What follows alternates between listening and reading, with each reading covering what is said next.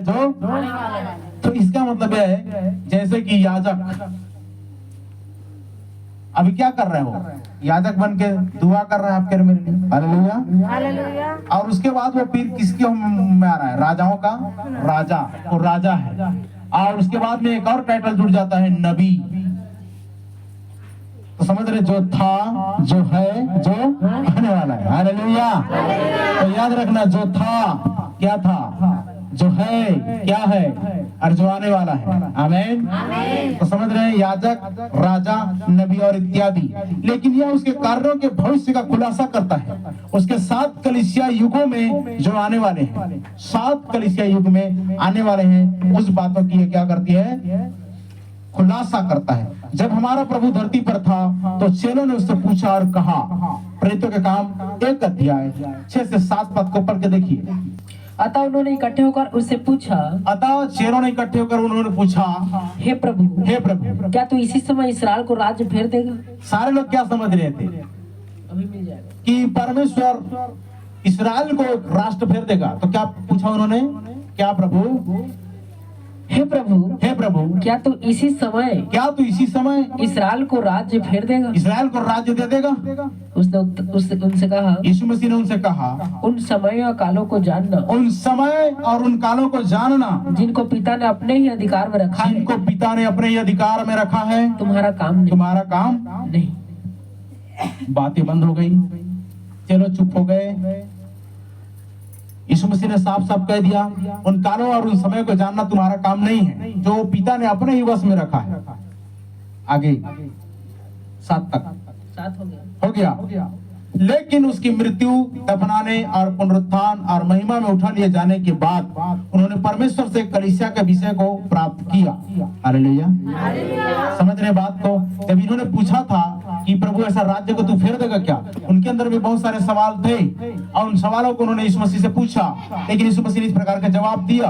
और उसके बाद में लिखा हुआ है कि उसकी मृत्यु, दफनाया जाना और जी उठना और महिमा में उठाया जाना, इन सारी बातों को ये चेलों ने प्राप्त किया, परमेश्वर से कलीसिया के भविष्य को प्राप्त किया।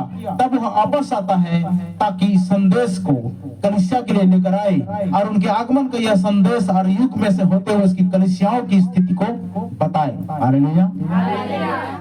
ये तुरंत गया और जाने के बाद में क्या लिखा हुआ है पता है? जाने के बाद में ये घटना तो घटी ना, जाने के बाद में वो तो पहले से डायग्राम बना चुका था, ये पहले से वो सब चीज को लिख चुका था।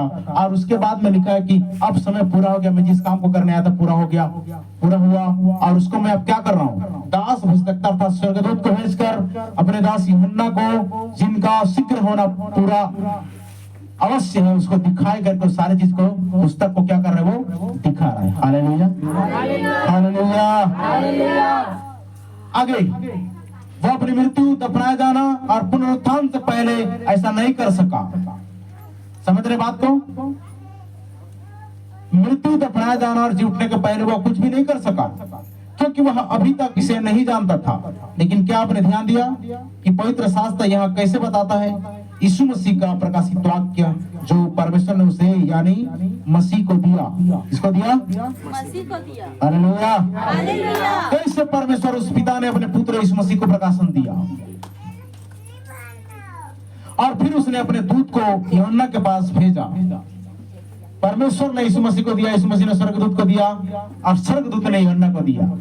कैसा ये उतरता चला आ रहा है?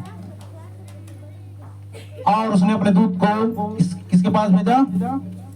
यूहन्ना के पास भेजा, जो इन चीजों को दर्शाता था, जो थी और जो है और जो आने वाली है। यह बहुत ही खूबसूरत रूप से स्थित है। आमीन। एक जबरदस्त तारीफ फिर से बनता है। अब इस आने वाले महान युग में जो यूहन्ना ने देखा, अब यह प्रकाशन पूरी तरह से उसे दिया गया था। ठीक है ना? ये प्रकाशिता की पुस्तक बोला गया ना, ये पुस्तक ले ऐसे तू खा। जैसे यहेजकेल नबी को बोला गया, यिर्मयाह को बोला गया, वैसे यूहन्ना को भी पुस्तक दी गई। क्या दी गई? पुस्तक को दी गई। और ये यूहन्ना क्या है बोलने से? यूहन्ना दुल्हन का प्रतीक है। और ये भविष्यवक्ता, कोई भविष्यवक्ता है यहाँ पर, ये भविष्यवक्ता दुल्हन के लिए दे रहा है। आमीन। और यूहन्ना दुल्हन का रूप है। दुल्हन का स्वरूप है, इसलिए ये पुस्तकता जो है, इस पुस्तक को सिर्फ दुल्हन को दिया जा सकता है। आमीन। ये डिनोमिनेशन वाले नहीं समझ पाएंगे, बाराती लोग नहीं समझ पाएंगे कदापि, क्योंकि पतरस पहले प्रेरित था, लेकिन पौलुस की बातों को समझ पाना भी उसके भी बस की बात नहीं थी।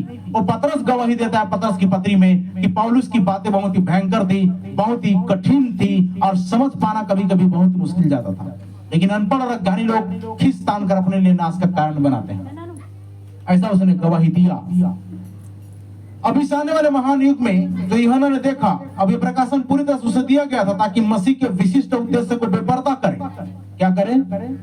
खोल दे, उजागर करे। हालेलुया। वो क्या होगा जब बेपर्दा करेगा? वो क्या होगा? आप कर मुझको समझने की आवश्यकता है। वो क्या होगा और हर युग में कैसा बनेगा? यही वह कारण है जो हम कहते हैं कि अपना मन सच्ची कलीसिया पर रखें। किस पर रखें? और सच्ची कलीसिया क्या है? अभी हमने एग्जांपल दिया। सच्ची कलीसिया पेंटिकोस्ट के दिन से आरंभ हुई। कहां से आरंभ हुई? पेंटिकोस्ट। सबसे आरंभिक कलीसिया बोलने से पेंटिकोस्ट का अनुभव। उसके बाद में आगे जाते हैं, वहां कोई धर्मशास्त्री नहीं था, ना ही बाइबल का विद्वान या ना ही कोई इतिहासकार जो कभी भी कह सकता है कि यह मार्टिन लूथर, वेस्ली, कैथोलिक युग या किसी अन्य युग के दिनों में आरंभ हुआ। ये सच्ची कलीसिया जो आरंभ हुई वो पेंटिकोस्ट के दिन से आरंभ हुई। यीशु मसीह ने कहा कि तू पतरस है, मैं तुझ पर अर्थात प्रकाशन पर मैं अपनी कलीसिया बनाऊंगा। हालेलुया।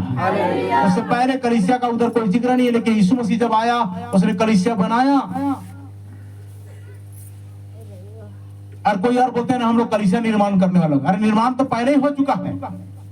तुम कौन कहते हो इधर कलीसिया निर्माण कर रहे हो? यीशु मसीह को छोड़ा कलीसिया निर्माण कौन कर सकता है?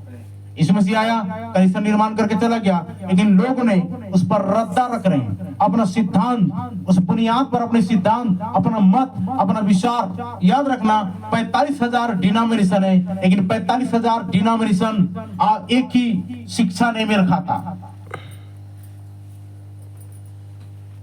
हमारे कानों में सुनने के लिए 31 में जब प्रोग्राम हुआ कुछ लोग नेगेटिव हुए। भाई क्यों नेगेटिव हुए बताइए?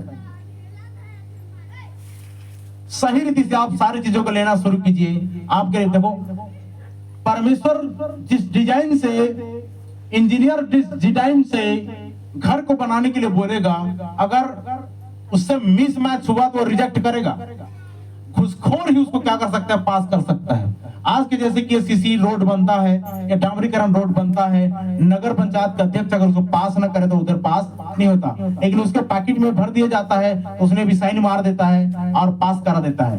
तो परमेश्वर का मूल डिजाइन को समझिए, उसका रिक्वायरमेंट को समझिए, और उसी पैटर्न से आप घुसेंगे, उसी पैटर्न में आप आएंगे तो सारी चीजें ग्रहण होना शुरू हो जाएगा। हालेलुया। अन्यथा आप देखिएगा, प्रभु यीशु मसीह ने जब कभी कलीसिया बनाया और बपतिस्मा दिया तो एक उसी कलीसिया और उसी बपतिस्मा के थ्रू से सबको आना होगा। आमीन। समझ रहे कि नहीं समझ रहे? आगे चलिए, मैं जाता हूं, आपको बात बताता हूं। सच्ची कलीसिया का शुभारंभ पेंटिकोस्ट पर होना था, यह शुरुआत थी। इसलिए किसी के साथ इस पर चर्चा करते हैं तो आप पेंटिकोस्ट के उस फाटक पर खड़े हो जाइए। हालेलुया। आप बोलना हम पेंटिकोस्ट वाले। हालेलुया। कहां पर खड़े होना है? पेंटिकोस्ट पर खड़े हो जाइए।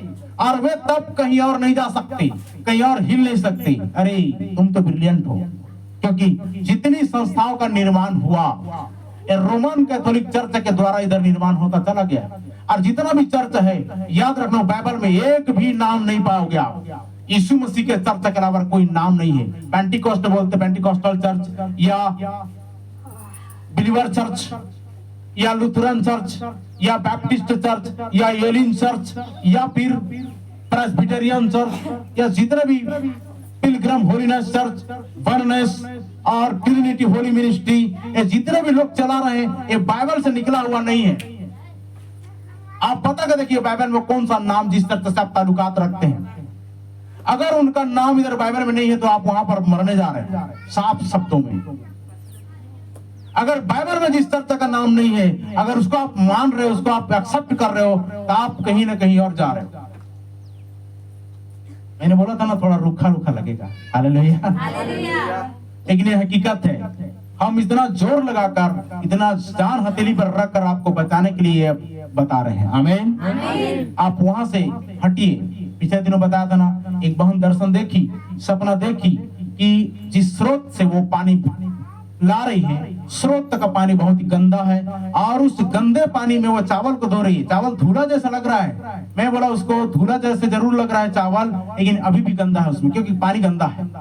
इससे पौष्टिक आहार आपको नहीं है, क्योंकि इसमें बैक्टीरिया, कीटाणु, विषाणु जुड़ रहेंगे, सारी गंदगी उसमें रहेगी। मैं बोला ऐसे जगह में आइए जहां पर फ्रेश जल है।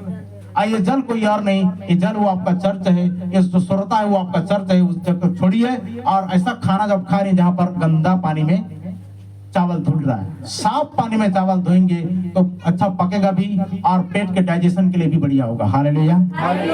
उसको सारी बातें समझ में आ गई। आमीन। लेकिन लोग पता है क्या बोलते हैं कि मैं इसी चर्च में जाऊंगी। तो जाइए, गंदा खाना खाइए, फ्रेश जल मत पीजिए, गंदा पानी पीजिए। इसमें हम और आप क्या कर सकते हैं? परमेश्वर चांस देता है हर एक को। आमीन। कई सारे लोग इन बातों को प्राप्त करके कंपेयर करते हैं, तुलना करते हैं, एक्सेप्ट नहीं कर पाते। देखो, सुनना मसीह के वचन से होना चाहिए। Hallelujah, hallelujah. चलिए आगे देखते हैं। तो मैं बता रहा था, तो आप पेंटिकोस्ट उस फाटक पर खड़े हो जाएं। जब आप कभी कोई पूछते हैं कहां से चर्चा आरंभ हुई, तो आपको मालूम होना चाहिए कि पेंटिकोस्ट के दिन से चर्चा आरंभ हुई, सच्ची कलीसिया का आरंभ हुई। इस फाटक पर आप खड़े हो जाइए, कोई इधर उधर चू चा नहीं कर सकता। आगे जाते हैं। बिल्कुल जैसे कि एक खेत में खरगोश को रखना, आप जानते हैं जहां हर कई छेद होते हैं, सो आप इसे बंद कर देते हैं। क्या कर देते हैं? तो ठीक उसी स्थान पर वापस आएगा जहां वो अंदर गया था। तो इसी तरह से कोई भी कलीसिया और कलीसिया के युगों और पवित्र आत्मा कार्यों के बारे पर बात करता है, आप मूल बात पर वापस आएंगे। कहां पर? मूल बात पर वापस आएंगे। और उस शुरुआत में इसे वहां पर वापस आना है। कहां पर? इसे मैंने बताया, सच्ची कलीसिया का आरंभ जब ये पेंटिकोस्ट पर हुआ, तो आपको यहीं पर आना है। किसी भी चीज को आप देखते हैं, उसका मूल स्थिति में आइए, उस वापस आइए और उन जगह को देखिए कि यहाँ पर क्या हुआ था। तब सब बातें डिक्लेयर होती है, क्योंकि परमेश्वर अनंत है। हालेलुया। और वह सर्वशक्तिमान है, इसलिए अनंत होने के नाते वह ऐसा, अनंत होने के नाते वह यहाँ पर कुछ ऐसा बोले और इधर जाकर कुछ उल्टा पुल्टा बोले। ये नहीं हो सकता। हो सकता है क्या? नहीं। आपको ध्यान से समझने की आवश्यकता है। शुरुआत में जब उसने ऐसा नियम दिया, तो अंत तक भी वैसा ही बना रहेगा। आमीन। आमीन। समझ में आ रहा है कुछ?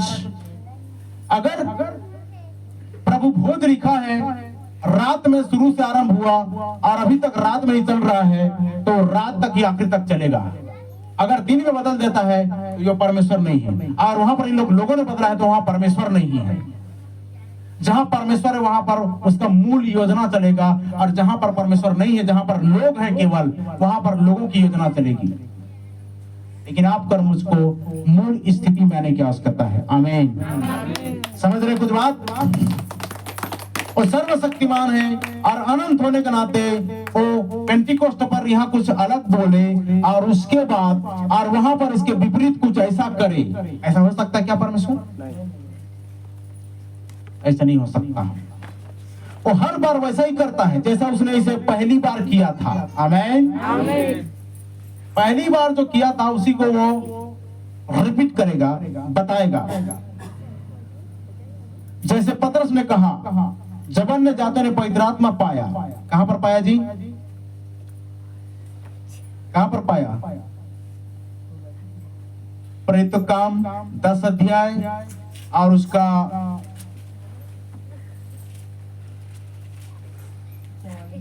44 पद से पढ़िए।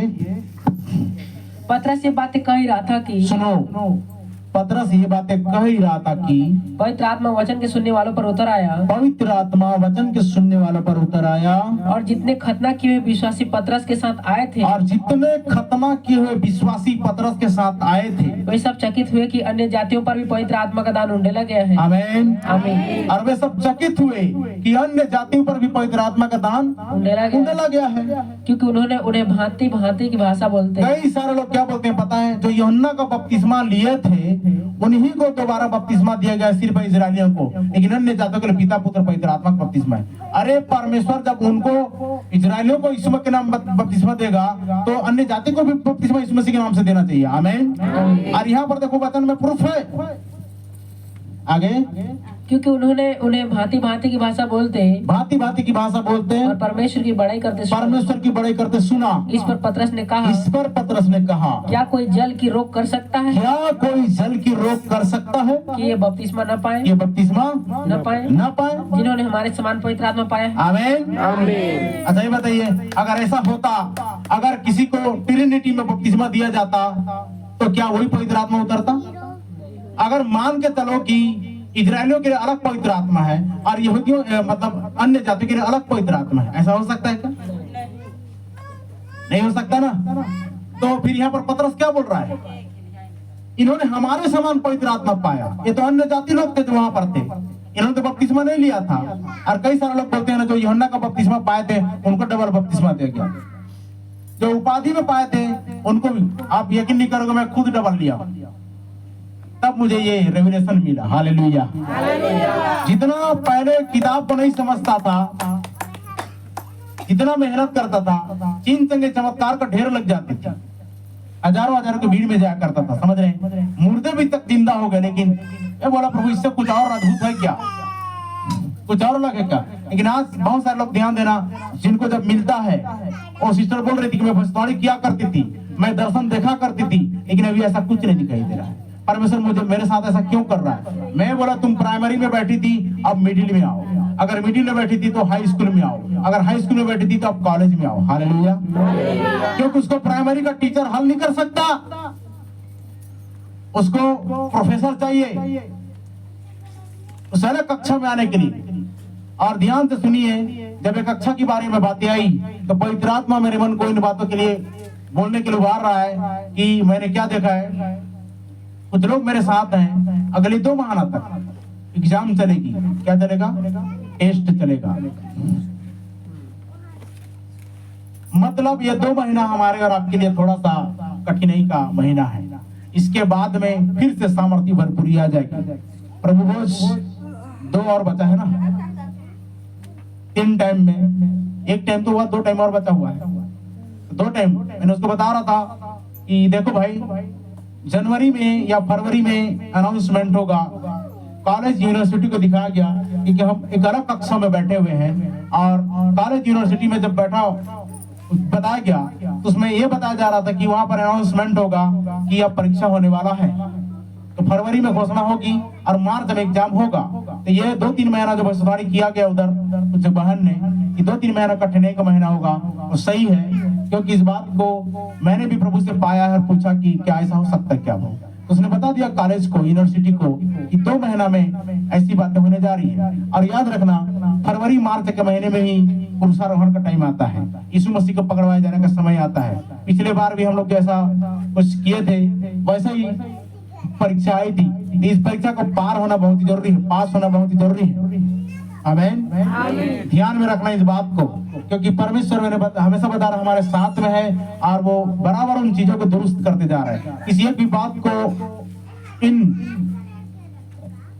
मतलब अनकम्प्लीट कभी नहीं किया। सारी बातों को जब उसने खुलासा किया, बताया, वो कंप्लीट हुआ ही हुआ। आमीन। हालेलुया। वहां पर टेंट लगाकर मीटिंग किया जाना परमेश्वर की अगुवाई थी, परमेश्वर की योजना थी, पहले प्रकट कर दिया गया था और उसी रीति से वो घटना घटी। पहले परमेश्वर अपने दास भक्तों को उन कामों को बता देता है और उसके बाद में करता है। हालेलुया। तो समझ रहे हैं पतरस ने क्या बोला? आगे पढ़िए थोड़ा सा। क्या कोई जल की रोक कर सकता है कि बपतिस्मा न पाए जिन्होंने हमारे समान पवित्र आत्मा पाया है? और उसने आज्ञा दी कि हाँ, उन्हें यीशु मसीह के नाम में बपतिस्मा दिया जाए। और उनको आज्ञा दी कि यीशु मसीह के नाम से क्या दिया जाए? बपतिस्मा दिया जाए। अन्य जाति को भी बपतिस्मा आ गया ना, हम्म। ये उनके लिए थी, इजरायलियों के लिए। अरे भाई, इजराइल को पवित्र आत्मा मिलेगा, स्वयं पवित्र आत्मा आपको और मुझको भी मिलेगा। हालेलुया। इजराइल को जैसा बपतिस्मा दिया जाएगा, अन्य जाति को भी वैसा ही बपतिस्मा दिया जाएगा। आमीन। आप इधर जाके देखोगे कितने अध्याय में, 19 अध्याय में, तो वहां डबल बपतिस्मा का जिक्र है। अपुल्लोस कुरिन्थियों में था। मत जाइए उधर आगे। क्या हमारे लिए यह नियम के अनुसार है कि किसी भी कारण से अपनी पत्नियों को त्याग दें या दूर करें? पढ़ो 19 का 3 से 8। तब फरीसी उसकी परीक्षा करने के लिए पास आकर कहने लगे, फरीसी उसकी परीक्षा करने के लिए पास आकर कहने लगे, क्या हर एक कारण से अपनी पत्नी को त्यागना उचित है? क्या हर एक कारण से अपनी पत्नी को त्यागना उचित है, दूर करना उचित है? उसने उत्तर दिया, क्या तुमने नहीं पढ़ा कि जिसने उन्हें बनाया उसने आरंभ से नर और नारी करके बनाकर कहा? क्या तुमने नहीं पढ़ा कि जिसने उन्हें बनाया, अर्थात परमेश्वर ने आदि में बनाया, उसको नर और नारी करके बनाया, और उन्हें बनाकर कहा, इस कारण मनुष्य अपने माता पिता से अलग होकर अपनी पत्नी के साथ रहेगा और वे दोनों एक तन होंगे। अतः वे अब दो नहीं परंतु एक तन है। इसलिए जिसे परमेश्वर ने जोड़ा है उसे मनुष्य अलग न करे। उनका जवाब दिया कि नहीं दिया? आगे देखिए। उन्होंने उससे कहा, फिर मूसा ने यह क्यों ठहराया कि त्याग पत्र देकर उसे छोड़ दे? हाँ, तो मूसा ने क्यों ठहराया कि त्याग पत्र देकर उसे क्या कर दे? छोड़ दे। उसने उनसे कहा, यीशु मसीह ने उनसे कहा, मूसा ने तुम्हारे मन की कठोरता के कारण तुम्हें अपनी पत्नी को छोड़ देने की आज्ञा दी। और मूसा ने तुम्हारे मन की कठोरता के कारण ऐसी आज्ञा दी, अपनी पत्नी को छोड़ दो। परंतु आरंभ से ऐसा नहीं था। आमीन। परंतु आरंभ में ऐसा नहीं था। आगे ना, आरंभ में कलीसिया का आरंभ कहाँ हुआ? कुछ भी बात जब शुरुआत हुई तो उसका आरंभ को देखिए। यीशु मसीह ने बोल दिया ना, आरंभ में ऐसा नहीं था। आदि में वापस जाओ, आरंभ में वापस जाओ। किसी भी चीज को आपको लेना है तो आरंभ में वापस जाइए और उसका आपको एग्जैक्ट मीनिंग समझ में आएगा। आज लोगों ने अपनी सुविधा के अनुसार बदल दिए। आज बहुत सारे चर्चों में फुल फैसिलिटी में जाते हैं, मतलब उनको हाई फाई सिक्योरिटी। कहने का मतलब है क्या चाहिए? Full freedom. वो चाहे जो कर सकते, चाहे जो कुछ कर सकते, ऐसा उनको चर्च चाहिए। तो भाई ऐसे चर्च, बहुत सारे चर्च है, बहुत सारे जगह है जहां पर कोई कुछ भी कर सकता है, लेकिन ये जगह वैसा नहीं है। हालेलुया। क्योंकि वचन में कहा गया कि सकरा है वह फाटक जो जीवन को पहुंचाता है, और चौड़ा है वह मार्ग जो विनाश को पहुंचाता है। आप और मैं सकरे मार्ग में चलने वाले लोग हैं। आमीन। इसलिए इतना ज्यादा डिसिप्लिन, इतना ज्यादा अनुशासन क्यों? क्योंकि आपको और मुझको सिर्फ स्वर्ग राज्य में जाना है। हालेलुया। उनके जैसे छूटना नहीं है। इसलिए यदि हम कलीसिया के युग के बारे में बात करने जा रहे हैं तो हमें आदि में वापस जाना है। हर एक बोली गई कथन को एक तरफ रखते हुए जिसे मनुष्य के युग में से होते हुए कहा गया है, यह बाइबल में किसी भी किताब की सबसे आधिकारिक किताब है। क्या है? प्रकाशितों की किताब आधिकारिक पुस्तक है बाइबल में किसी अन्य पुस्तक से। यह एकमात्र ऐसी किताब है जिस पर मसीह ने अपनी मुहर लगाई है। आमीन। क्या लगाई है? मुहर लगाई है। यह एक आशीष के साथ आरंभ होती है और एक साप के साथ खत्म होती है। सही बात है। 1:3 में क्या लिखा है? धन्य है वह, मतलब आशीष से आरंभ होती है। धन्य है वह जो पढ़ता है, धन्य वह है जो इस भविष्यवाणी के वचन को पढ़ता है। अच्छा ठीक है, प्रकाशित 22:18 पढ़िए, 19 पढ़िए लास्ट। यह आशीष में शुरू होती है और श्राप के शब्दों में खत्म होती है। यदि कोई इस भविष्यवाणी की पुस्तक की बातों में से कुछ निकाल डाले, तो परमेश्वर उस जीवन के वृक्ष और पवित्र नगर में से जिसका वर्णन इस पुस्तक में है उसका भाग निकाल देगा। समझ में आया? तो यह आशीष से शुरू होती है और श्राप के शब्दों में खत्म होती है। प्रकाशित की पुस्तक शापित है वह जो इसमें से कुछ निकालता है। यह एकमात्र ऐसी किताब है जिसे मसीह ने स्वयं लिखा। संपूर्ण बाइबल में से उन 10 आज्ञाओं को उसने अपनी उंगली से लिखा। ये सही बात है। यहूदियों ने उन आज्ञाओं को पकड़े रखा और राज यह वो प्रकाशन है। और यदि शैतान बाइबल में किसी भी किताब से घृणा करता है तो यह प्रकाशिता की किताब है। Hallelujah, hallelujah.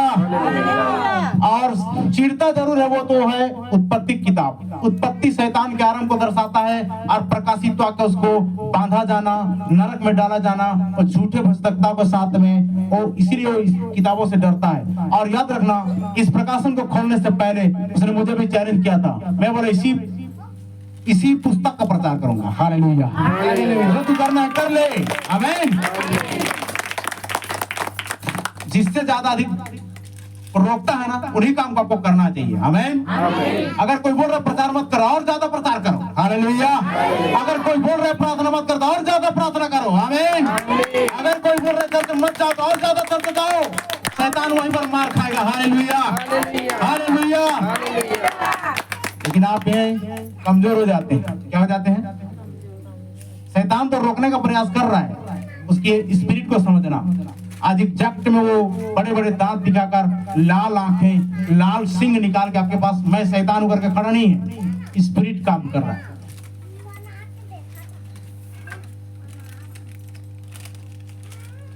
आगे जाते हैं। 2 किताब है, वह सारे वचन से घृणा करता है और यह वचन का पूरा सिद्धांत है। लेकिन यदि कुछ भी वह ज्यादातर घृणा करता है तो प्रकाशित वाक्य और उत्पत्ति है, क्योंकि उत्पत्ति आरंभ को तथा प्रकाशित वाक्य उसके अंत को बताती है। हालेलुया। और वह उत्पत्ति की किताब पर आक्रमण करेगा, इस पर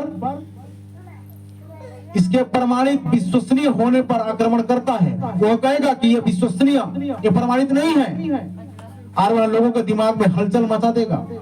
देखो कि शैतान कहां पर पड़ा है। हालेलुया। शैतान कहां पर पड़ा है, उसको देखना पड़ेगा। उस उत्पत्ति की किताब या प्रकाशित किताब में जो पहली और अंतिम है, प्रकाशित की किताब में बाइबल में की बाकी सारी किताबों की तुलना में इसमें अधिक चिन्ह है। क्या है जी? समझ रहे हैं ना? शैतान का आरंभ उधर बता, बीच में एक बार यहेजकेल की पुस्तक में बताया गया है। यशा नबी की पुस्तक में थोड़ा सा जिक्र है शैतान का, और उत्पत्ति बताता है उसके आरंभ को, और प्रकाशित बताता है उसका अंत को। हालेलुया। इसलिए दोनों पुस्तक पर इतना ज्यादा जोर लगाता है। उत्पत्ति का सबसे नजदीक का पुस्तक क्या जान रहे हो? प्रकाशित वाक्य। अब वो कैसे? अब 1 2 3 4 करके चले जाएंगे ना तो बहुत लंबा पड़ेगा ना, दूर पड़ेगा। लेकिन बाइबल को इस तरीके से पकड़िए और उसको जोड़ के देखिएगा। प्रकाशित वाक्य पुस्तक सबसे ज्यादा नजदीक का है बोलने से उत्पत्ति। हालेलुया। पुस्तक मोड़ के देखिए, सबसे ज्यादा नजदीक का कौन है? उत्पत्ति और प्रकाशित वाक्य ना। एक कोने का आरंभ और वो सीरा है, मतलब ये दोनों क्या कर रहा है? जोड़ दिया है बाइबल को। Hallelujah, hallelujah. समझ में आ रहा है? सबसे नजदीक का किताब है बोलने से प्रकाशित वाक्य। हमने देखा था उस बार उत्पत्ति में जो घटनाएं थी वो प्रकाशित वाक्य में। उत्पत्ति में नदी है तो प्रकाशित वाक्य में थी। अदन की वाटिका उधर है, शहर है तो इधर भी प्रकाशित वाक्य में शहर और नगर है। तो क्या करता है? इन दोनों किताबों पर वो ज्यादा आक्रमण करता है। प्रकाशित किताब में बाइबल में की बाकी सारी किताबों की तुलना में इसमें अधिक चिन्ह है, क्योंकि यह एक भविष्यवाणी की किताब है। हालेलुया। इसलिए इसे एक भविष्यवक्ता की कक्षा के द्वारा समझा जाना है। इसकी कक्षा के द्वारा बिना भविष्यवक्ता के इसको समझ पाना मुश्किल है। इसलिए मैंने बोला था आप अपने पास्टर को किस थ्रू से देखते हैं, किस आंख से देखते हैं, किस मन से देखते हैं, ये आपको डिपेंड करता है। मैं तो यहाँ पर मैं यह हूं, मैं वो हूं, मैं वो कुछ नहीं बोलूंगा। जो कुछ दिखता है आपके सामने है। Hallelujah, hallelujah. लेकिन सबके लिए एक ही बात आती है। क्या बात आती है? पास्टर। क्या बात आती है? पास्टर। वचन की महान बातों को समझ बुझ नहीं सकते ये शारीरिक मन वाले, क्योंकि यह उनके लिए मूर्खता है। अब व्यवस्था विवरण उसका 29 का 29 पढ़िए। वे सदा के लिए हमारे और हमारे वे सदा के लिए आपके और मेरे वश में है। आमीन। इसका मतलब अभी भी कुछ गुप्त है, जैसे कि आगमन। तभी तो बोला प्रभु ने, उन समयों या उन कालों को जानना तुम्हारे वश में नहीं है, जिसे पिता ने अपने ही वश में रखा। तो कुछ बातें अभी भी गुप्त है तो परमेश्वर के वश में है, और जब सब कुछ पर्दा बेपर्दा है, खुल चुका है, तो आपके और मेरे लिए है। Hallelujah, hallelujah. तो आपके और मेरे लिए खोली गई है। तो समझ में आ रहा है ये बातें।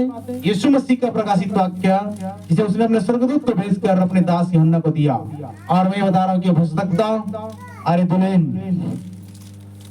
दुल्हन की श्रेणी में है। भविष्यवक्ता ने पुस्तक लिया और दुल्हन को दिया। किसको दिया? ये दुल्हन के लिए दी गई। 1963 में किताब दी गई और तब से लेकर आज तक आपके और मेरे पास है। आमीन, हालेलुया, हालेलुया। समझ रहे कुछ बात को? 1963 में किताब दी गई और ये किताब यूहन्ना जो 100 एडी में लिखा गया, 100 एडी के साथ में लिखा गया, लेकिन 100 एडी में ये यूहन्ना भविष्य की बातों को देख रहा है, आने वाले 2000 साल में क्या होगा।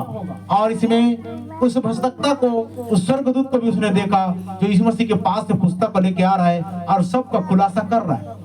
और लिखा हुआ है कि जब वो खुलासा कर रहा है तो यूहन्ना ने क्या समझा पता है? अरे मेरे से भी ये ज्यादा पावरफुल व्यक्ति है। मैं तो सिर्फ प्रकाशन को पा रहा हूँ, लेकिन इस प्रकाशन को खोल रहा है, इस मुहर को ये तोड़ रहा है, इसमें की सारी बातों को, चिन्ह को प्रकट कर रहा है। ये तो मुझसे भी ज्यादा शक्तिशाली है। इसीलिए वो कहता है कि उसके पाँव में गिर पड़ा है। कितना 1 का 4 में लिखा है ना, मैं वही यूहन्ना हूँ। पढ़िए।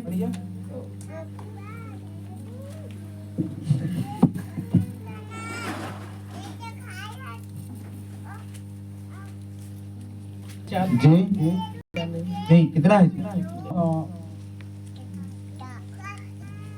पढ़ो।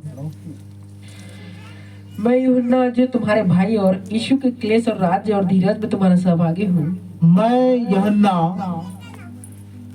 तुम्हारा भाई और यीशु के क्लेश और राज्य और धीरज में तुम्हारा सहभागी हूँ। परमेश्वर के वचन और यीशु की गवाही के कारण, परमेश्वर के वचन और यीशु की गवाही के कारण पतमुस नामक टापू में था। पतमुस नामक टापू में था।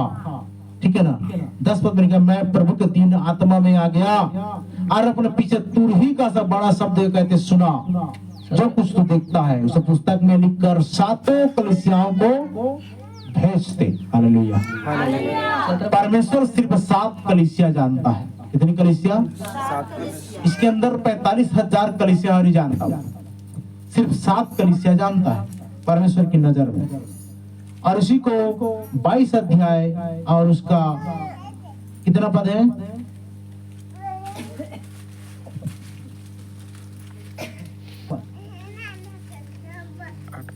6 और 6, 7, 8 पढ़ी जल्दी से। फिर उसने मुझसे कहा, आप देखो, फिर उसने मुझसे कहा, ये बातें विश्वास के योग्य और सत्य हैं। ये विश्वास के योग्य है, बातें विश्वास के योग्य और सत्य है। प्रभु ने जो भविष्यवक्ताओं की आत्माओं का परमेश्वर है, प्रभु ने जो भविष्यवक्ताओं की आत्माओं का परमेश्वर है, अपने स्वर्गदूत को इसलिए भेजा कि, अपने स्वर्गदूत को इसलिए भेजा कि अपने दासों को वे बातें, देखो डबल रिपीट है ना, मैंने पढ़ा कि यीशु मसीह ने अपने स्वर्गदूत को भेजा यूहन्ना के पास। यहाँ पर भी वचन बताता है कि अपने स्वर्गदूत को इसलिए भेजा कि अपने दासों को वे बातें, अपने दासों को वे बातें जिनका शीघ्र पूरा होना अवश्य है, जिनका शीघ्र पूरा होना अवश्य है, दिखाए। देख मैं शीघ्र आने वाला हूँ। देख मैं शीघ्र आने वाला हूँ। धन्य है वह, धन्य है वह जो इस पुस्तक की भविष्यवाणी की बातें मानता है, जो इस पुस्तक की भविष्यवाणी की बातें मानता है। मैं वही यूहन्ना हूँ। अब देखो लिख रहा है ना, गवाही दे रहा है कि नहीं? मैं वही यूहन्ना हूँ जो ये बातें सुनता और जो ये बातें सुनता और देखता था। जब मैंने सुना और देखा, जब मैंने सुना और देखा, तो जो स्वर्गदूत मुझसे ये बातें दिखाता था, जो स्वर्गदूत उसे ये बातें दिखाता था, मैं उसके पांव पर दंडवत करने के लिए गिर पड़ा। और ये व्यक्ति यूहन्ना इसके पांव में दंडवत करने के लिए गिर पड़ा। पर उसने मुझसे कहा, लेकिन ये स्वर्गदूत ये ने क्या बोला? देख ऐसा मत कर, देख ऐसा मत कर, क्योंकि मैं तेरा और तेरे भाई भविष्यवक्ताओं का और इस पुस्तक की बातों के बातों के मानने वालों का संगीदास संगीदास परमेश्वर ही को दंडवत कर। परमेश्वर ही को दंडवत कर। आमीन। आमीन। 10 पद में लिखा, फिर उसने मुझसे कहा, यह पुस्तक की भविष्यवाणी की बातों को बंद मत कर। देखो एक समय बोलता है कि इसको बंद कर, इसको बंद रख, लेकिन अब इधर पर आते हैं तो लिखा हुआ है कि इसको बंद मत रख, इसको ओपन कर दे, खुलासा कर दे, उजागर कर दे, इस बात का घोषणा कर दे। 17 में भी लिखा है जी 1 का 17। हाँ जब मैंने उसे देखा तो उसके पैरों पर मुर्दा सा गिर पड़ा। हाँ, शुरू में देख रहे हैं ना, जब मैं उसे देखा तो मैं उसके चरणों पर मुर्दा सा गिर पड़ा। और आगे, उसने मुझ पर अपना दाहिना हाथ रखकर कहा, मत डर। उसने मुझ पर अपना दाहिना हाथ रखा और कहा, मत डर, मत डर, मैं प्रथम और अंतिम और जीवता हूँ। मैं प्रथम और अंतिम और जीवता हूँ। ये यीशु मसीह को दर्शाता है, मैं प्रथम, अंतिम और जीवता हूँ। मतलब ये यीशु मसीह के अलावा और कोई नहीं हो सकता। जो स्वर्गदूत बोला गया कोई हो सकता है, और यूहन्ना अलग है, और यीशु मसीह जो लिखा है वहां पर ये वचन जो है, मैं जीवता हूँ और मैं प्रथम हूँ, मैं अंतिम हूँ करके जब बोला, वो यीशु मसीह है। हालेलुया। अब वापस आते हैं और उसके बाद में अय्यूब की पुस्तक उसका 11:6 को पढ़ते हैं।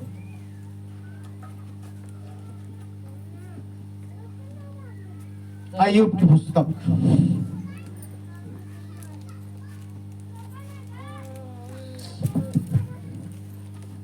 और तुझ पर बुद्धि की गुप्त बातें प्रकट करें। और क्या लिखा है यहाँ पर, और तुझ पर बुद्धि की गुप्त बातें प्रकट करें। कौन सी बातें? गुप्त बातें। तो इधर क्या लिखा है, व्यवस्था विवरण में गुप्त बातें हमारे परमेश्वर यहोवा के वश में है, और इधर लिखा हुआ है कि बुद्धि की गुप्त बातें तुझ पर प्रकट करें, कि उनका मर्म तेरी बुद्धि से बढ़कर। कि उनका मर्म मतलब भेद, मिस्ट्री तेरी बुद्धि से बढ़कर एक मनुष्य आम बुद्धि से इसको नहीं बता सकता, एक्सप्लेन नहीं कर सकता। पवित्र आत्मा पाने वाला व्यक्ति ही इसका खुलासा कर सकता है, इसका ओपनिंग कर सकता है और इसको जिक्र कर सकता है। अन्यथा Bible seminary, Bible college, missionary, MD, BD, PhD करने वाले लोग इसका खुलासा नहीं कर सकते, क्योंकि वो संस्था में बंधे हुए हैं, और संस्था में बंधे हुए व्यक्ति को परमेश्वर कदाचित नहीं चाहता। वरदान जरूर काम कर सकता है, लेकिन परमेश्वर का एक नबी होना बहुत जरूरी है जो इन बातों को ओपन करे। Hallelujah, hallelujah. और वो सीख कर आते हैं तो क्या सिखाते हैं पता है? लोगों को गलत डॉक्ट्रिन, और सीख कर आते हैं तो लोगों को गलत बपतिस्मा, और सीख कर आते हैं तो लोगों को गलत सुसमाचार। लगता जरूर है आपको सेम टू सेम वैसा ही है, अरे डुप्लीकेट भी सेम टू सेम हूबहू दिखता है, लेकिन आप तब समझ में आएगा कि एक बात उसको पूछ के देखना, ये भजनकर्ता कौन है, ये स्वर्गदूत कौन है, इतना पूछ के देखो उनको। अगर बता देंगे तो हम भी सचमुच में, यूहन्ना ने बोला ना कि दंडवत करने के लिए गिर पड़े, हम भी गिर पड़ेंगे, लेकिन कोई है ही नहीं इधर इसको दिखाने वाला, सिवाय इन टाइम मैसेज के, सिवाय अंत समय का सुसमाचार प्रचार के, कोई और नहीं बता सकता इसको। जो हमारी तरह मिस्टी करता है, जो church of Lord Jesus Christ से संबंधित रखता है कहीं पर भी हो विश्व में, वही इन बातों को बता सकता है। अन्यथा किसी के पास, किसी डिनोमिनेशन, 45,000 डिनोमिनेशन, ये इस व्यक्ति को कौन नहीं बता सकते। पूछ के देखना, अच्छे पास्टरों की डिसेंट्री हो जाएगी। यीशु मसीह ने अपने स्वर्गदूत को इसलिए भेजा ताकि यूहन्ना को बातें जिनका शीघ्र पूरा होना है बताए। ये कोई और नहीं, ये आवश्यकता है और ये दुल्हन है। तो प्रभु यीशु मसीह ने जो प्रकाशित पुस्तक दिया, वो किसको दिया? दुल्हन को दिया। हालेलुया। और फिर उसके बाद लिखा हुआ है कि चलिए ऊपर आ जा। इसको बता है, इसको बोला है, यूहन्ना को बोला। यीशु मसीह ने यूहन्ना को बोला, यहाँ ऊपर आ जा और मैं वो बातें जिनका शीघ्र पूरा होना से तुझे दिखाऊंगा। मतलब है कि दुल्हन चाहते हैं उधर ऊपर चली जा रही है, और उसके बाद में ऊपर से सारी बातों को देख रही है।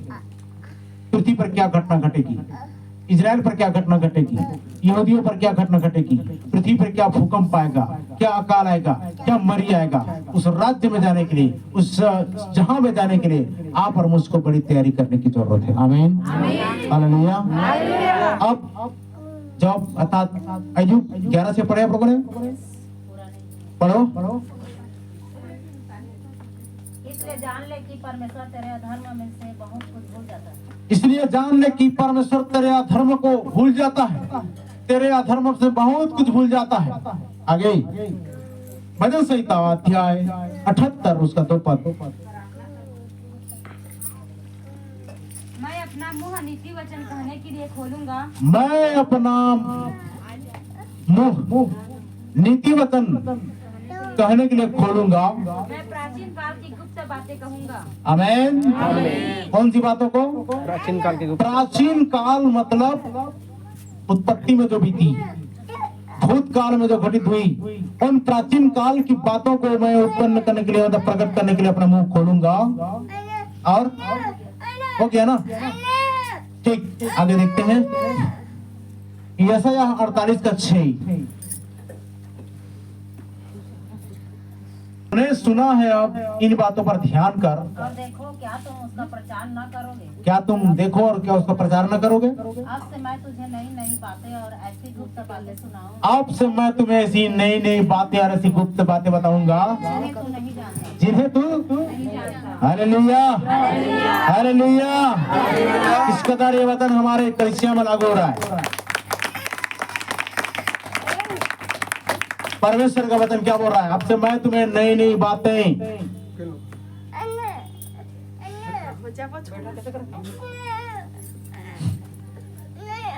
फिर से पढ़े वचन को। तूने सुना है, तूने सुना है, अब इन सब बातों पर ध्यान कर। अब इन सब बातों पर ध्यान कर देखो, और देखो, क्या तुम उसका प्रचार न करोगे? क्या तुम उसका प्रचार नहीं करोगे? अब से मैं तुझे नई नई बातें और ऐसी गुप्त बातें सुनाऊंगा। आप से मैं तुम्हें ऐसी नई नई बातें। और याद रखना कि जब ये मार्च, जब हमारा इधर प्रभुभोज का टाइम समाप्त हो रहा है, तो ठीक यहूदियों का महीना आरंभ हो रहा है। मैंने बताया था ना, निसान और अबीब, उनका महीना आरंभ हो रहा है। हालेलुया। तो जब मार्च बीतेगी तो फरवरी और मार्च के बीच में गुड फ्राइडे और ईस्टर संडे आता है। मतलब यीशु मसीह दुख भोग सप्ताह मनाते हैं और क्रूसारोहण 7 वाणी बोलते हैं। ये सब उन लोग ऐसा करते हैं। तो उस वक्त उनका पहला महीना आरंभ हो जाएगा, पहला साल फिर से। अब उनका वो 2024 साल उधर चलेगा, हमारे इधर लग चुका है। और उनका वो आखिरी साल, अब मतलब आखिरी महीने के अंतर्गत उन लोग आ रहे हैं, और उनका आखिरी महीने के अंतर्गत आ रहे हैं, और हम लोग आरंभ में आ चुके हैं। लेकिन उनका जो है ना, महीना का आरंभ हो रहा है अभी महीना और निशान महीने में। जब हमारा इधर गर्मियों का महीना चालू होगा, और याद रखिए कि प्रभु यीशु मसीह वही मार्च अप्रैल के महीने में ही पैदा हुआ, लेकिन लोग दिसंबर को क्या मनाते हैं? यीशु मसीह का जन्मदिन। आप जाकर देखिए, अगर वो मेमना है तो मेमना कब जन्म लेता है? अभी तक जन्म नहीं लिया कोई मेमना। आपके घर में भेड़ बकरी होंगे ना, देख के देखिए ये जन्म कब लेंगे? मार्च अप्रैल के महीने में जन्म लेते हैं। और उसको बलिदान होना था, इसलिए मार्च अप्रैल के महीने में ही जन्म लिया। Hallelujah, hallelujah. तो समझ रहे हैं? अब से मैं तुम्हें नई नई बातें बताऊंगा, और नई नई बातें और गुप्त भेद मेरी बातों को आपको बताऊंगा करके परमेश्वर का वचन कहता है। आमीन, हालेलुया। अब हम समापन की घड़ी में हैं, और इसके बाद हम अगले एपिसोड में, अगले चैप्टर में जाएंगे, क्योंकि यह बहुत ही लंबा सब्जेक्ट है। 3 ही वचन प्रचार करने में, 3 ही वचन का खुलासा करने में हमको काफी घंटे लग गए हैं। तो सोच सकते हैं पूरा एक अध्याय को पढ़ने में कितना टाइम लगेगा। कितने वचन पढ़े भैया आपने? 3 वचन। लेकिन ऐसे ऊपरी तौर पर अगर हम चले गए हैं तो प्रकाशित वाक्य 1 से लेकर के पूरा 22 अध्याय तक, पहले में आशीष से शुरू होता है और लास्ट में ये श्राप के शब्द में एंडिंग होती है। जो पढ़ता है वो आशीषित है, और जो इसमें से कुछ निकाल डालता है वो श्रापित है। तो बाइबल के पूरे वचनों में बहुत सारे लोग आज निकाल रहे हैं और उसमें कुछ जोड़ रहे हैं। परमेश्वर अधूरा नहीं है। जो तुम इंसानों को उसको क्या करना पड़ेगा? परमेश्वर में कुछ जोड़ना पड़ेगा। थोड़ा आंख तिरछा है, या कान थोड़ा इधर हो गया है, या हाथ थोड़ा ऐसा हो गया है, ये मूर्तियों में तुम ऐसा करते हो। परमेश्वर मूर्ति नहीं है। Hallelujah, hallelujah. लोग आज क्या कर रहे हैं? जोड़ने का प्रयास कर रहे हैं, घटाने का प्रयास कर रहे हैं। ये क्या लगा रखा है भाई? क्या तमाशा है? परमेश्वर ऑलरेडी परफेक्ट है। आमीन। सर्व सिद्ध है, सर्वशक्तिमान है, वो सब कुछ सिद्ध है, कोई कमी नहीं है। परमेश्वर के वचन में भी कोई कमी नहीं है। ये तुम्हारी आंखें धोखा खा रही आज, किसमें? उपाधियों में। वचन में लिखा है यदि तुम्हारी आंख ठोकर खिलाए तो निकाल कर क्या करते उसे फेंक दे। चलिए मैं आपको चाकू देता हूं, आपको निकालना है। इसका अर्थ कुछ मत लगाना, कुछ नहीं लगाना अर्थ नहीं, इसका अर्थ अलग है। तो बहुत सारे वचनों का भी तो अर्थ इस रीति से है। हालेलुया। लेकिन लोग क्या बोलते हैं पता है? नहीं, यीशु मसीह ने आदेश दिया। क्या दिया आदेश? कि जाओ सारे जगत के लोगों को सुसमाचार प्रचार करो और उन्हें चेला बनाओ और उन्हें पिता पुत्र पवित्र आत्मा के नाम से। तो पतरस ने क्या के लिए गलती कर दिया? अगर पतरस ने गलती किया यीशु मसीह के नाम का बपतिस्मा देकर, तो फिर प्रभु क्यों बोलेगा अरे मैं तेरे को पूंजी दूंगा करके क्यों कहेगा? हालेलुया। वो जान रहा है कि पतरस अब गलती करने वाला है, तो इधर यीशु मसीह क्यों देगा स्वर्ग राज्य की पूंजी पतरस को? चलो ठीक है, पतरस ने तो अंगूठा छाप था मान के चलो कि गड़बड़ कर दिया, लेकिन पौलुस तो पीएचडी करने वाला व्यक्ति था और वो भी प्रकाशन में पाए हुए व्यक्ति, वो भी यीशु मसीह के नाम से बपतिस्मा दे रहा है। Hallelujah, hallelujah. इतना प्रूफ है, इतना प्रमाण है वचन का, लेकिन जिन बातों को तुम पकड़े हुए हो इसका कोई बेस नहीं है। ये बेसलेस है, कोई आधार नहीं है, निराधार है इसका। आप और मैं जिसको पकड़े हैं इसका बेस है। हालेलुया। आप और मैं बता सकते हैं कि आप और मैं बाइबल में है, इस किताब में है, इस पुस्तक में है, हमारा चर्चा का नाम इस पुस्तक में है, आप और मैं बाइबल में है। लेकिन 45,000 डिनोमिनेशन कहीं पर भी नहीं बता सकते, एक ही जगह बता सकते हैं, और वो है नर्क की आंख, पशु की छाप, और कहीं और अपने पहचान नहीं बता सकते। तो इन सारी बातों के द्वारा, सारी शिक्षा के द्वारा परमेश्वर हम सबको बहुत आशीष दे। आमीन। तो खड़े हो जाइए, हम प्रार्थना करेंगे।